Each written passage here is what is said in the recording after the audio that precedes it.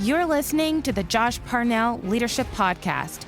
We all have leadership within us, and once we understand how to challenge perceived limitations, we're able to influence those we're leading. Josh is a leadership coach, trainer, and speaker. He's also a veteran of the United States Air Force with over 20 years of leadership experience. Are you ready to transform your leadership skills by tapping into unrecognized potential to achieve limitless results? Let's get ready for liftoff. It's time to go from great to greater. Here's Josh in today's episode. All right. Welcome to the Josh Parnell Leadership Podcast. We have another exciting episode in store for us today because we have another exciting guest with us today. Our guest wears a number of different hats. He's a man of many talents.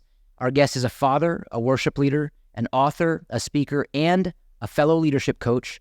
Our guest today is Jared Miller. Jared, thanks for joining us. Hey, I'm happy to be here. This is going to be a great time together. Yes, sir. Well, man, I'm excited for the audience to get to know who you are. So go ahead and share with the audience who Mr. Jared Miller is. Yeah, so happy to be with you all today. Jared Miller, based out of Houston, Texas. Been here the majority of my life. I have two great boys, 12 and 8, Grayson and Owen, who's the joy of my life. And I love music, love sports. Love to be around people, love to help people any way that I can. So I've been super blessed and just honored to be here with you today. So Jared, you mentioned you love sports. What are some of your favorite teams? See, I'm a hometown guy. Okay. Yeah, okay. I can't be one of those fair weather bandwagon fans. Yeah. Right? Yeah. So, I mean, Texans are going to be looking pretty good this year. They are, yeah. Astros need a lot of prayer right now. They certainly do. Yes. So, well, Jared, so I mentioned that you are an author. I do have a copy of your book. If you're watching this episode on YouTube, you can see me holding up Jared's book, Truth, The Lies We've Been Told. We're going to talk about this book today. You're also a speaker, a worship leader, and I love that you introduce yourself first and foremost as a father to two wonderful boys, and you're a leadership coach. So what got you into the world of leadership coaching as well as leading worship for your church? yeah. So the running joke in my family is that my mom gave birth on the altar of the church. I mean, it's all I've ever really remembered from a young child. And so being in that environment, obviously growing up in church, you know, music is a big influence in that. Hearing different genres, contemporary gospel, it's a good blend of all of that I was personally raised in. So music had a huge influence in my life. I remember being, I don't know, 6 or 7 and like just devouring the Michael Jackson Thriller record. There you go. You know what I mean? Of course, when I was in the 80s, it was like cassette tape, you know. Yeah. Some people don't know anything about that. But music was a huge influence. And so I knew from a young age I wanted to sing and that I enjoyed it. And so that, you know, I would be in bands in my teenage and adult years, and that led me into being a worship leader and at my local youth group and college ministry. And it just kind of morphed into that as I got older. Josh, you could not pay me to read a book until I was about 30 years old. Wow. And here you are as an author now too. Yes. And so I think from a practical standpoint, I think the light bulb went off. I had an aha moment that if I don't read, I'm not going to have anything to say. I'm never going to grow beyond where I am now. I'm never going to make any more money. I'm never going to stretch, and I'm never going to be able to help more people the way I want to. I think that also being married, having kids, I think all of those things, something just clicked and I said, even though it's hard for me to focus, I need to start somewhere. So I literally started one page at a time. Good. Can I just get through one page? And I really got hooked onto John Maxwell's resources and books and materials, obviously the Bible. And that just kind of just continued to where from 30 to now I'm 44, it has just escalated. And I just love books and I just devour them and buy them as often as I can. And it just really radically changed my life for the better. I saw a stat the other day that said that 80% of people have not picked up a book to read after high school, which is staggering. And, you know, as a leadership coach, I know you've heard the term readers are leaders. I'm going to put you on the spot, Jared, and ask you, what is the greatest book that you've ever read? What's the most impactful book that you've ever read? Other than the Bible, I think Jim Rohn's Living an Exceptional Life. It's actually an audiobook. It was actually an audiobook of his live speeches, and about 8 hours long. And it's there was so much in there. So I found that book to be one that I've listened to that book 12 times. Wow. And I could listen to it again and again and again and it not get old to me. So if a book sticks and I just keep finding value from it, man, I love that so much. That's so good. Jim Rohn, and so I know Jim as the mentor to Tony Robbins, and we all know who Tony Robbins is. So I can't imagine how great that book actually is. So Living an Exceptional Life. Yes. I've got to check that book out. And so I mentioned that you are a leadership coach. What got you into that world of leadership coaching as well? So you and I both know that leadership is influence, right? And so it doesn't matter if you're leading worship or whatever it is that you're doing. If you have any interaction with people, you're going to have influence.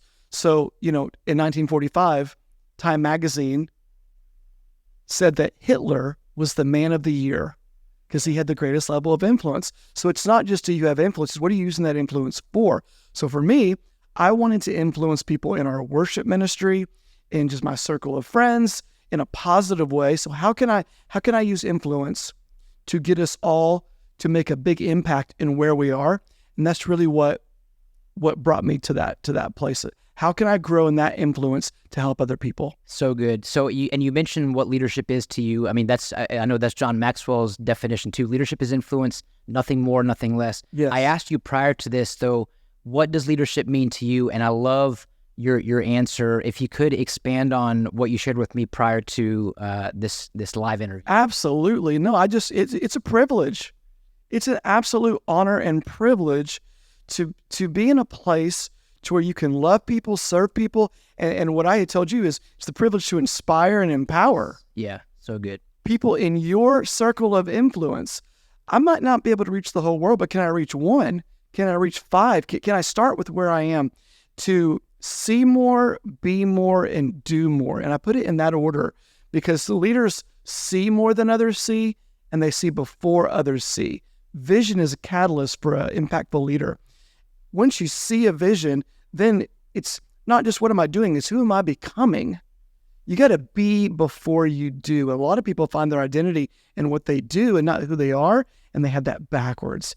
I got to find who am I and who am I becoming, and from that becoming, the doing will take place. Jared, I wish more leaders really had the perspective that you just shared about what leadership really is, which is inspiring, it's empowering, it's serving. Yes. And I think too many of us feel like as a leader, well, I need to tell people what to do. I need to give them directive after directive, but that doesn't mean we're giving them direction. And we can give them direction through empowerment, through asking questions, through serving. It's that concept of servant leadership, which I know you know that term very well because of what you do. Let's talk about your servant leadership creative and what is it and how do you do it? Absolutely. Let me just say this. People are not projects to be fixed. They're people to be loved. So good. And sometimes the only interactions people will have with another person is if they're on high alert and they feel like, oh, well, let me turn my attention to this person because I can fix them. If you're a leader, my job is not to fix you. My job is to love you and inspire you and empower you. And so I just think it's really important that I'm not above you. You're not below me. Right. We're in this thing together. How can we help each other? So Servant Leadership Creative, our whole purpose is to do what we just said, inspire and empower, specifically speaking in faith-based ministries, not limited to, but in faith-based ministries, those who are on the stage, off the stage, and behind the scenes on all levels of church ministry. Like I said, I've been in church my entire life. I'm a believer in it. Some people have had some bad experiences. And here's the thing. People are people. You're going to have good and bad experiences. I don't care if it's at watching a Texans game or at the business world, at your work, or at the university, or at the restaurant, or at the coffee shop, or at church. We just have maybe different expectations that church should be a certain way. People are people. And so Servant Leadership Creative is we're all creative because we were made by a creator, and we all should be serving. And so I believe that servant leadership is the only leadership that will outlast us. Love that, Jared. So, man, I'm not even sure where to go from here because that's so good. So if someone wants to get involved with Servant Leadership Creative, because it's more like you've established and created a community with this. So what does that look like if someone is listening and they're saying, hey, I want more of this? 2 questions I have for you. Number 1, how can they get involved? And number 2, I want to find out, because you mentioned that who you're really working with are, is it people in ministry, or are you looking for anyone to be working with? So we help people with their personal life and their professional life. So this past Monday, I had a pastor who is also a multiple business owner, done very well. You can't separate your faith from your business. It's part of who you are. It's like you don't have business ethics and then ethics. You just have ethics. Yeah. Right? Yeah. Right. And he came. So we want to help people with their business. It's mindset coaching. It is for people in the faith-based communities who are involved in ministry. But really, when you, as servant leader, you're serving people no matter where you are. So I would just say go to servantleadershipcreative.com. Servantleadershipcreative.com. It's a fantastic community, and we're helping people lift the lid on their life of how they see themselves, how they see others, and we're here to serve people. Love that. Lifting the lid on their lives personally and professionally. Jared, tell us about your personal development and leadership journey to get here. Yeah. So like I said, when I was 30, that's really when it really began. Okay. I guess you say it accelerated. I was involved in ministry and working with people from the time I was, 12, 14, 16 years old, in kids ministry and youth ministry. But getting around like-minded servant leaders. I mentioned John Maxwell. I joined his team as a speaker, trainer, and coach in 2016. I had a chance to go to the International Marriott in Orlando for a 3-day event. And you had 3,500 people, pastors, leaders, business owners, entrepreneurs, all in the same area, all learning from each other. And so now I say this, is early in my life, I would mumble and stutter. Yeah, I would talk real fast because I would get real excited. And I really, honest to God, I attribute reading and growing in seminars and workshops and conferences, being consistent with that, as helping me slow down. Yeah. My mind was filled with so much information, good information that would help people. So whenever I'm talking, I'm not like, what am I going to talk about? There was always something on the tip of my tongue because I had deposited so much I could easily withdraw. So good. Yeah. I think you're also describing a byproduct of going and attending seminars and pouring into yourself and truly investing in yourself. I think a lot of my audience listeners know that I work with a counselor and I work with a coach, even though I am a coach. I think it's important that we all have someone who we are allowing to speak truth into our lives. I think it's important that we find that tribe. We find the tribe of people who we know can speak truth into our life. And anytime you can invest in yourself to learn from others, whether it be through books, podcasts, conventions, seminars, what have you, you're going to gain information that's going to improve the quality of your life, communication, and being able to get away from the stuttering and the mumbling and grow your confidence. That's just one of many byproducts that I'm sure you can speak to. Well, Jared, let me ask you this, because we talked about the book, Truth, The Lies We've Been Told. I want to find out more about this book, why the title, what do you mean when you say the lies we've been told? And let's talk about your book that you released. Absolutely. So now is about 5 years ago. Okay.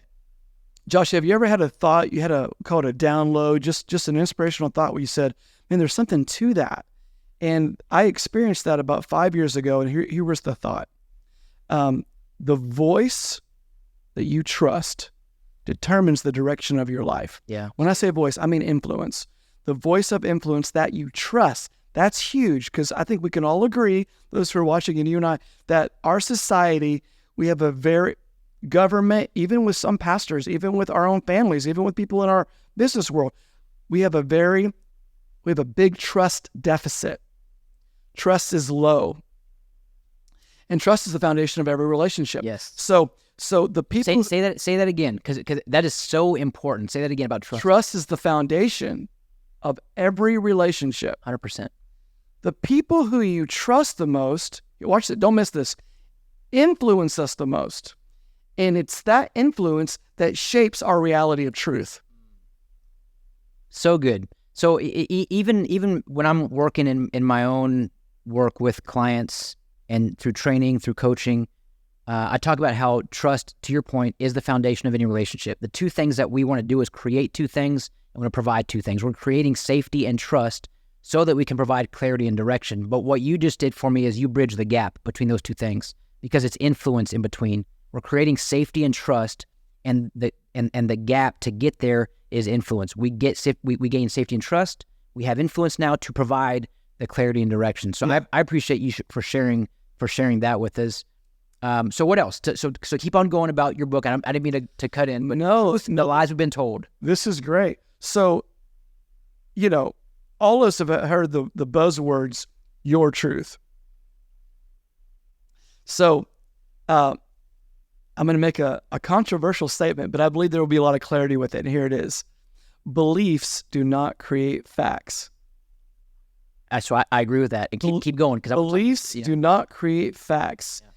On the flip side, facts test the legitimacy of our beliefs. Facts test the legitimacy of our beliefs. Okay, I like it. So people say, is truth objective or is truth subjective? In my book, I make the claim that it's both. Truth is objective through evidence, and it's subjective through personal experience. Love that. I don't think it can be one or the other.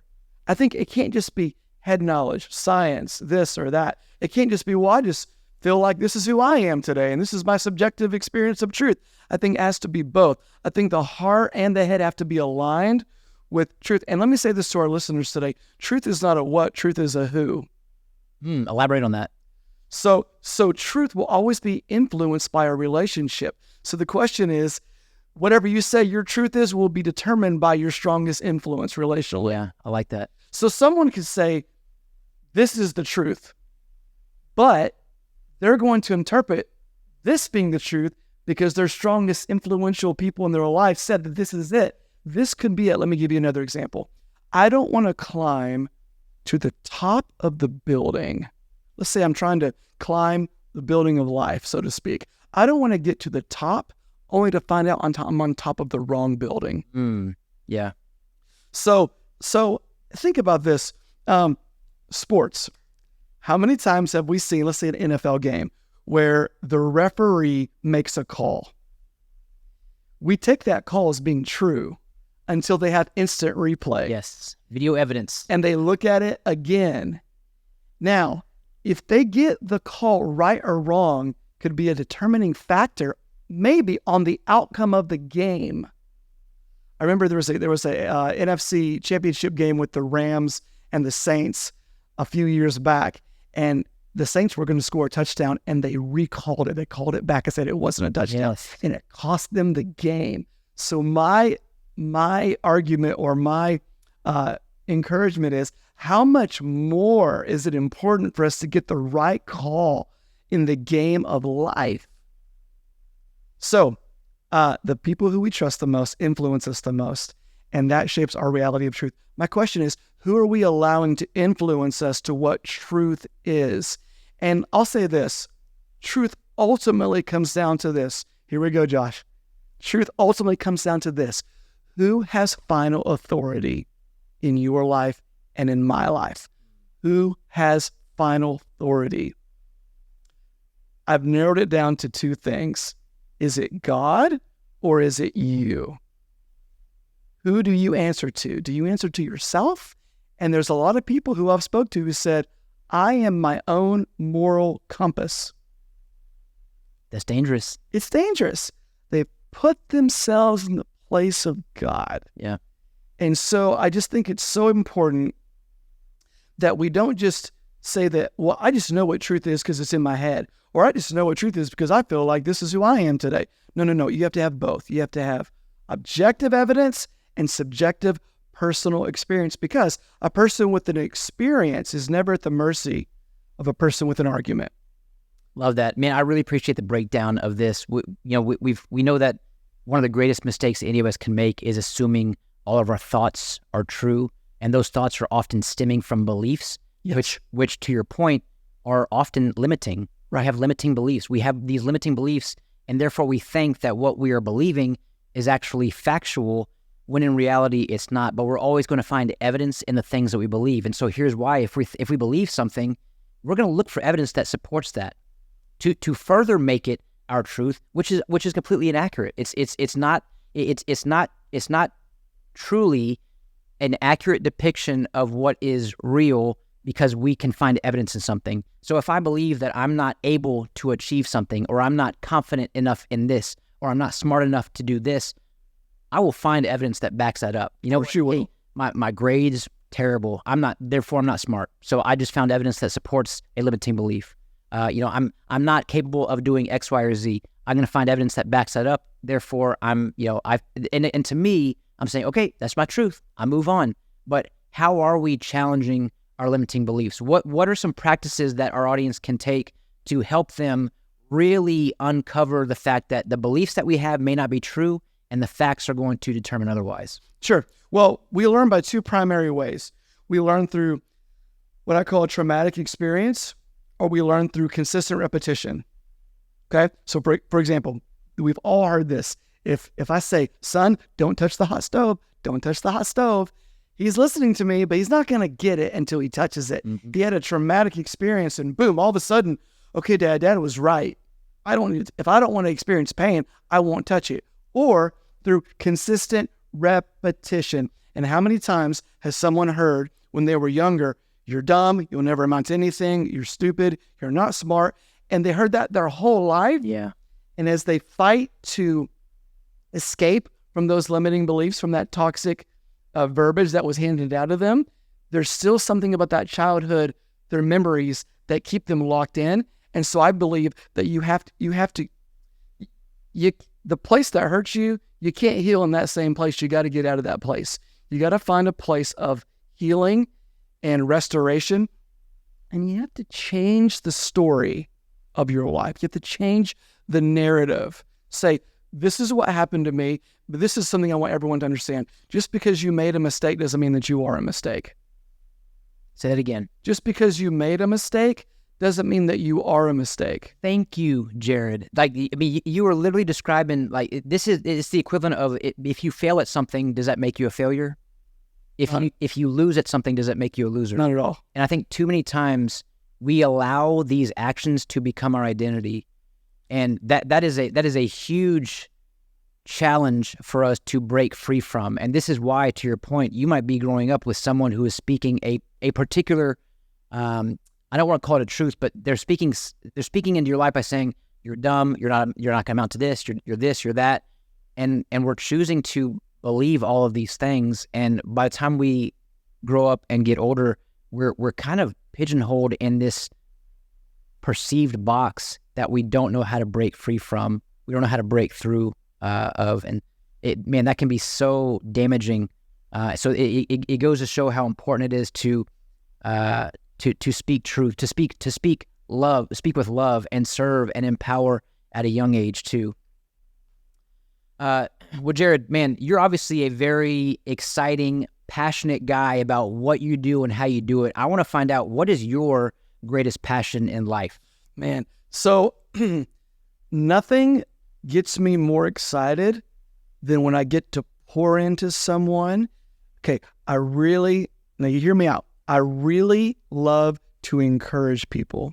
Now, I'm gonna use a scripture reference. I hope that's okay. Jesus said, "The words that I speak are spirit and they're life." So when I encourage people, it's not just hollow words. It's not just attaboy, and nothing's wrong with that. But I want to speak life into someone that penetrates the deepest part of who they are. I want to speak such genuine, life-giving words and affirmation, and it be sincere and genuine, that not only do I believe it, but they believe it. What am I trying to say? I want it to be transferred. I want it to be imparted. I want to look at someone, and it might just be as simple as just looking them in the eyes and smiling at them and just giving them a hug and saying, man, let me say this. I think this will help someone.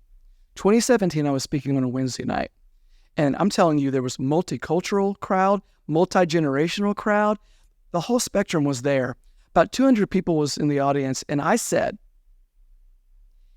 if you've never had someone look you in the eyes and tell you, I believe in you, If you've never had someone look you in the eyes and say, I love you, I believe in you. If you've never had someone do that, raise your hand. Josh, to my amazement, boom, boom, boom, boom, boom. Hands went up everywhere that no one had ever looked them in the eye and said, I believe in you. Wow.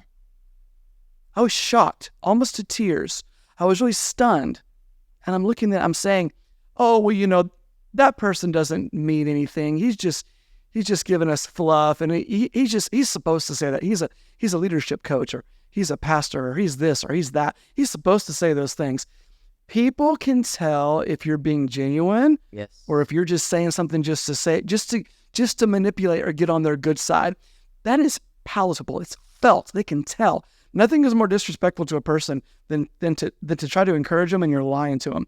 Man, be sincere, be authentic, be genuine, and they can feel that. And you never know, that one word of encouragement might be the thing that turns the tide of momentum in their life.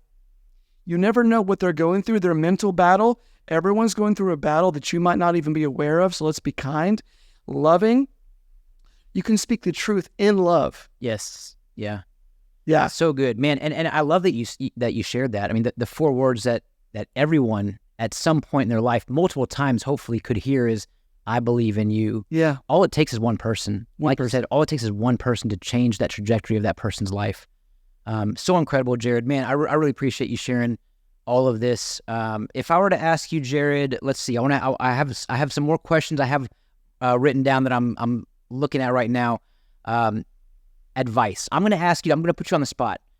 What is the greatest piece of advice you have ever received that you can transfer to our audience listening in this episode? Let me get a drink of water. When I say put you on the spot, I'm putting you on the spot for sure. Okay. The greatest, it wasn't a piece of advice. It was a quote. Okay. Herman Thurman. Okay, here we go. Don't ask what the world needs. Ask what makes you come alive. Because what the world needs is what makes you come alive. Oh. Goosebumps. And so for me, it's, and let me say this. We're talking about passion. John Wesley said, I set myself on fire and people come and watch me burn. People are drawn to certainty. That's good. Yeah. If you have 2 people and you're talking about the same subject and one is way more certain than the other, you're going to be like, I'm going to go with this guy, even if he's not even telling the truth. But if he's more certain, you're drawn to that. Benjamin Franklin, there's a good story about him. Benjamin Franklin's friend was going to see a revivalist during one of the Great Awakenings. And Benjamin Franklin looked at his friend and said, I didn't think that you believe what this preacher is saying. And the friend says, I don't, but he does. Yeah, that's good. So even if you don't agree with someone, you can be attracted or drawn to certainty. And so for me, I'm not just wanting to come alive so someone can say, look at me.